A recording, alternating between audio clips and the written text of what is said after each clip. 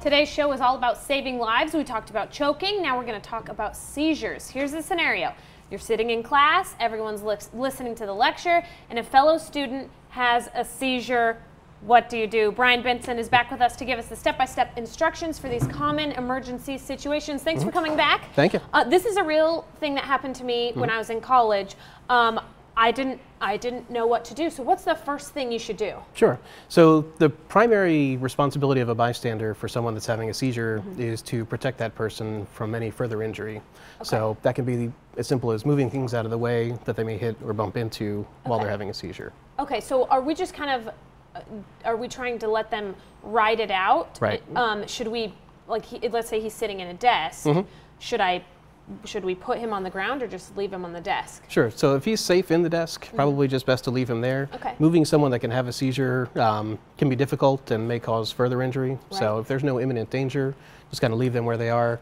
Most seizures last for a very short period of time and end on their own without any need for intervention. Do we hold them down? So no one to hold them down or restrain the person, just because that could cause more harm to that person. Right. And I will tell you this, when this happened, there were multiple people saying different things. One woman was like, put a pencil in his mouth to hold down his tongue. Is that right or is that wrong? That is not correct. Okay, good, because another person said, no, don't do that. So right. What's the kind of correct thing to do, and why do people think you're supposed to stick something in their mouths? Right, so I've heard that for many, many years, that people say, put a spoon in their mouth or something like that, so they don't swallow their tongue.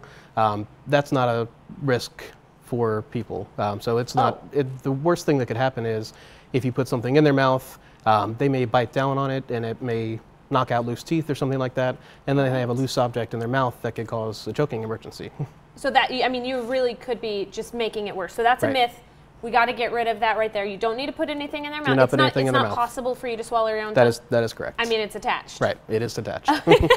That makes sense. So how long did you say a typical seizure lasts? Usually just a few minutes. It can depend based on the type of seizure and what's normal for that person, or if they have a history of seizures. But usually within 3 to 5 minutes is the maximum amount of time. Now, after it's over, what do we do?